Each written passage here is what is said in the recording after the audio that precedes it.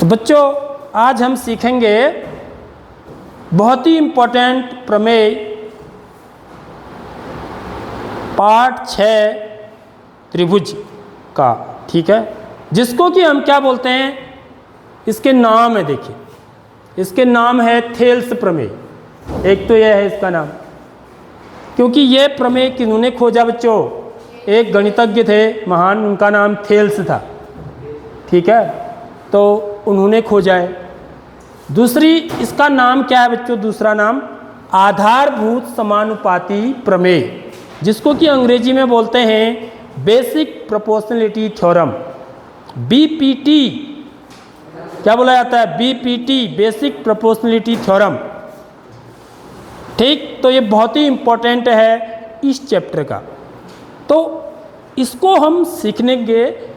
अब ये कहता क्या है, देखिए इसका कथन क्या है, सबसे पहले हम इसको पढ़ लेते हैं, ठीक।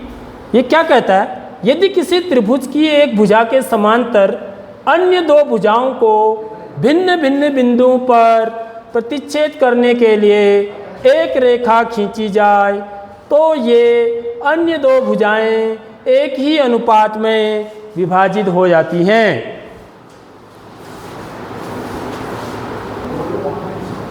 तो स्टेटमेंट आपको समझना है, क्या कह रहा है, यदि किसी त्रिभुज की एक भुजा के समांतर, देखिए एक त्रिभुज है, ठीक है, यहाँ भी चित्र बनाया हुआ है, वहाँ से भी आप समझेंगे, ए बी सी एक त्रिभुज है, ठीक है। देखो एक एक शब्द को समझाऊंगा आपको।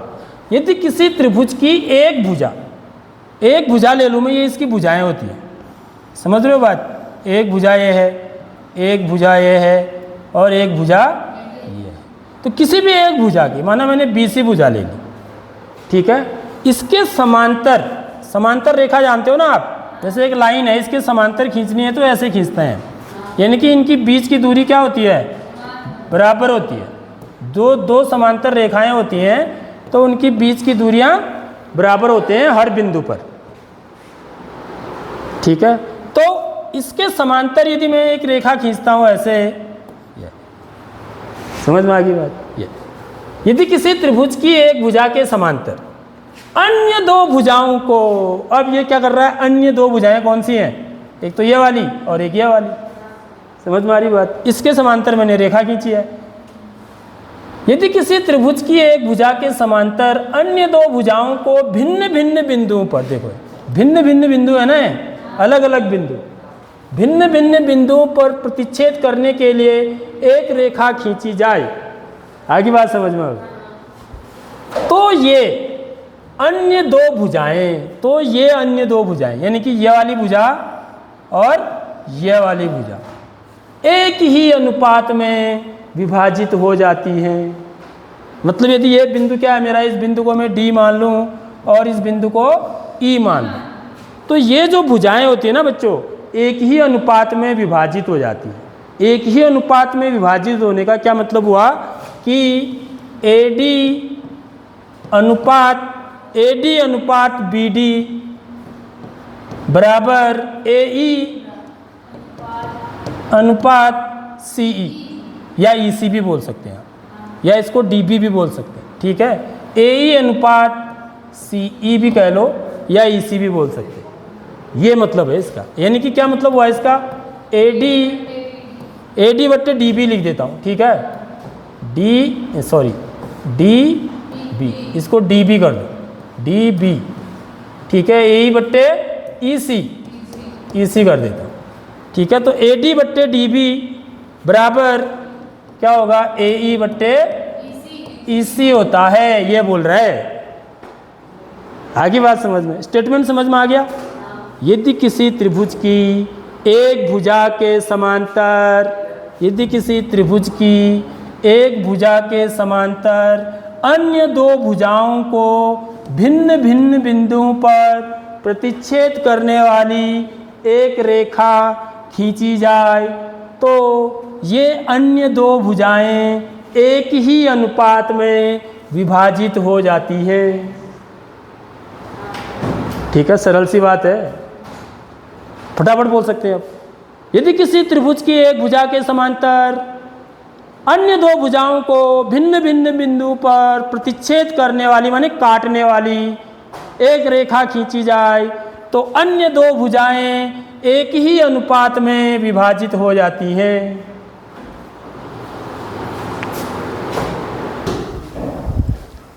अब बच्चों ये ऐसा भी हो सकता है, देखिए जैसे माना ये मेरा त्रिभुज है, ठीक है, तो ये भुजा मैंने ऐसे लिया था ना, जरूरी नहीं है कि ऐसे ही हो, इस भुजा के भी समांतर हो सकता है। यदि मैंने ये इसको ए माना, इसको बी माना, इसको सी माना, ठीक है, तो इस भुजा के समांतर जो रेखा जाएगी वो ऐसे जाएगी, जाएगी नहीं जाएगी, समझ में आ रही बात? तो तब माना ये क्या है, माना डी है, ये माना ई है। तो ये कहता है कि यदि किसी एक भुजा के समांतर यदि हम कोई एक लाइन खींचे ना, समझ रहे हो बात, तो ये जो भुजाएं होंगी ये एक ही अनुपात में विभाजित होंगी, यानी कि क्या हो जाएगा, ए डी बट्टे डी बी बराबर ए ई बट्टे ई सी। ठीक है, समझ में आ गई बात? ये है थेल्स प्रमेय और कुछ नहीं है। अब इसको हमें सिद्ध करना है, तो इसको सिद्ध करने के लिए बच्चों हमें दो चीज़ें पता होनी चाहिए, दो चीज़ें पता होनी चाहिए। ठीक है, क्या होनी चाहिए वो अभी बता रहा हूं।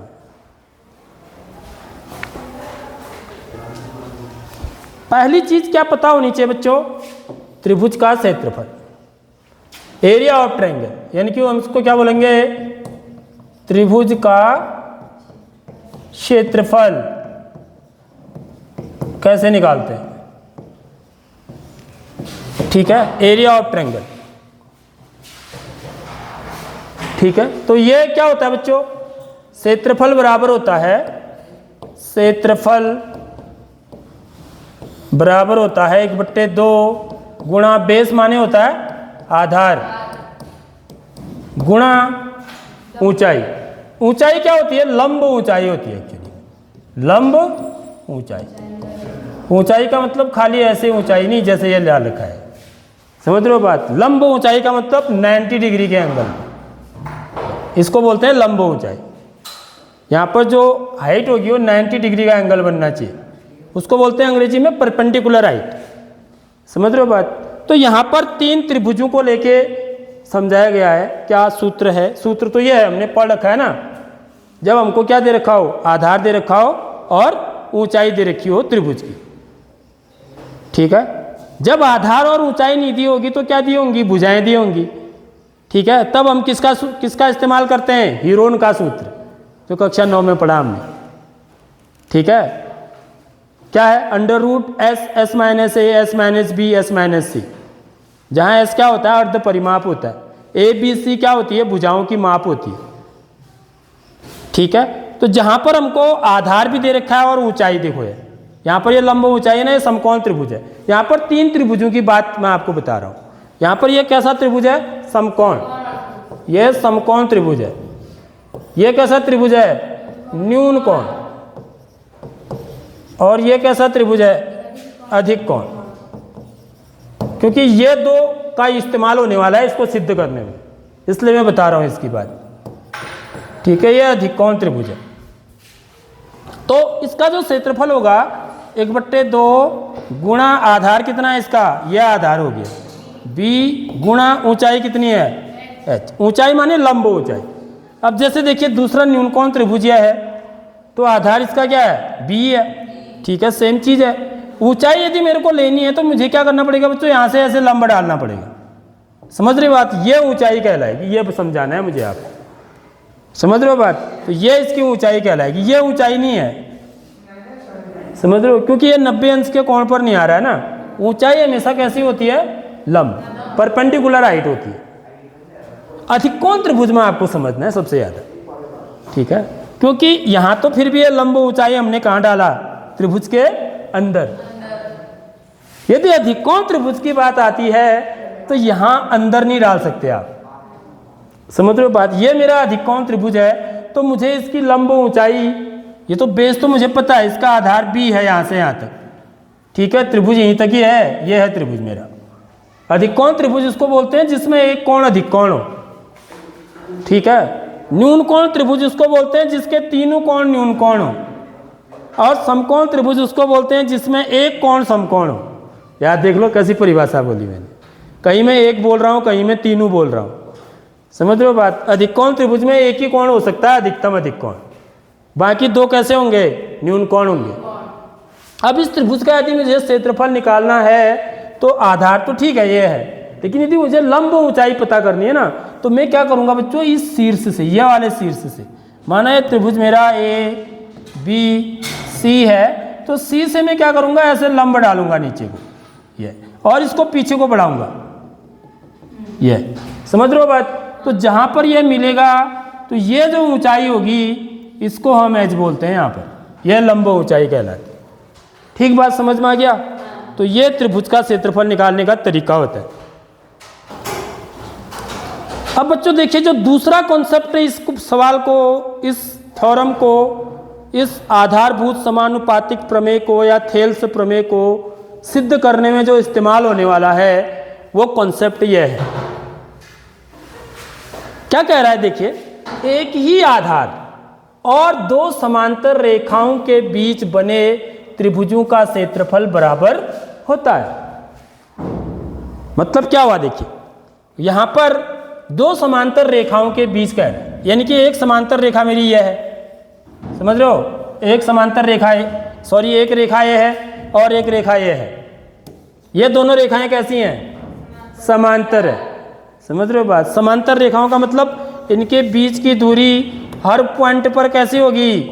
बराबर होगी, तब समांतर रेखाएं कहलाती हैं। तो अब ये क्या बोल रहा है? देखिए, एक ही आधार, अब यहां पर देखो, यहां पर तीन त्रिभुज है, ठीक? देखो, एक त्रिभुज मेरा, ये दो समांतर रेखाएं हैं, और देखिए ये जो है ना, एक ये आधार है। इन तीनों त्रिभुजों का आधार क्या है बच्चों? ए बी है, ठीक है? तो एक त्रिभुज मेरा ये बन रहा है, एक त्रिभुज ये बन रहा है, दूसरा त्रिभुज इसी आधार पर, आधार वही है लेकिन ये बन रहा है, ठीक? और तीसरा त्रिभुज मेरा ये त्रिभुज बन रहा है, ये देखो, आधार फिर भी वही है। देखो, इन तीनों त्रिभुजों का क्षेत्रफल बराबर होता है। कैसे होता है वो अभी मैं बता सकता हूं आपको, ठीक है? क्यों होता है? देखो, यदि आप इस त्रिभुज का क्षेत्रफल निकालोगे तो आप क्या करोगे? एक लंब ऊंचाई डालोगे ना, मुझे लंब ऊंचाई चाहिए, ये क्या होगा मेरा? h। तो त्रिभुज ए बी सी का क्षेत्रफल, त्रिभुज ए बी सी का क्षेत्रफल बराबर क्या हो जाएगा? 1/2 गुणा आधार, आधार क्या हो जाएगा? ए बी गुणा h, ठीक है? अब मैं इस वाले त्रिभुज का क्षेत्रफल निकाला, ठीक है? इस वाले दूसरे, कौन सा? ए बी डी का, त्रिभुज ए बी डी का क्षेत्रफल बराबर 1/2 गुणा आधार, तो इसका भी ए बी है, क्योंकि ये दोनों रेखाएं कैसी हैं? समांतर है, तो ऊंचाई तो हर जगह एच ही रहेगी ना बच्चों। तो यहाँ पर यदि माना ये 90 अंश के कोण पर नहीं माना, थोड़ा सा उधर को भी है, वैसे 90 अंश पर ही है, ठीक है? इसको 90 अंश पर ही माना आप। तो ये जो लंब ऊंचाई है ये h है, ये भी h है, तो ये भी h ही होगा ना, होगा नहीं होगा? तो इसका भी क्षेत्रफल क्या हो जाएगा? ए बी गुणा h। और तीसरा त्रिभुज ये मेरा अधिकोण त्रिभुज बन रहा है, देखो ये, ठीक है? तो इसकी ऊंचाई पता करनी है, तो अभी बताया ना मैंने, इसको पीछे बढ़ाते हैं और यहाँ से लंब ड्रॉ करते हैं, तो ये ऊंचाई भी कितनी होगी? h होगी। तो त्रिभुज ए बी ई का क्षेत्रफल बराबर भी कितना होगा बच्चों? 1/2 गुणा आधार, तो सेम ही है क्योंकि एक ही आधार पर बोल रहा है, एक ही आधार बोल रहा है, और दो समांतर रेखाओं के बीच बने त्रिभुजों का क्षेत्रफल बराबर होता है। समझ रहे हो बात? तो इसकी भी हाइट कितनी होगी? ये तीनों 1/2 ए बी गुणा h आ रहा है, सबका क्षेत्रफल 1/2 ए बी गुणा h आ रहा है, तो 1/2 ए बी गुणा h तो सबके लिए बराबर ही होगा ना। समझ रहे हो बात? तो इससे क्या पता चला हमको? ये चीज कि एक ही आधार और दो समांतर रेखाओं के बीच बने त्रिभुजों का क्षेत्रफल बराबर होता है। अब इस चीज को, ये जो चीजें मैंने बताई वो आ गई, तो फिर हमको आधारभूत समानुपातिक प्रमेय को सिद्ध करने में ज़्यादा दिक्कत आने वाली नहीं।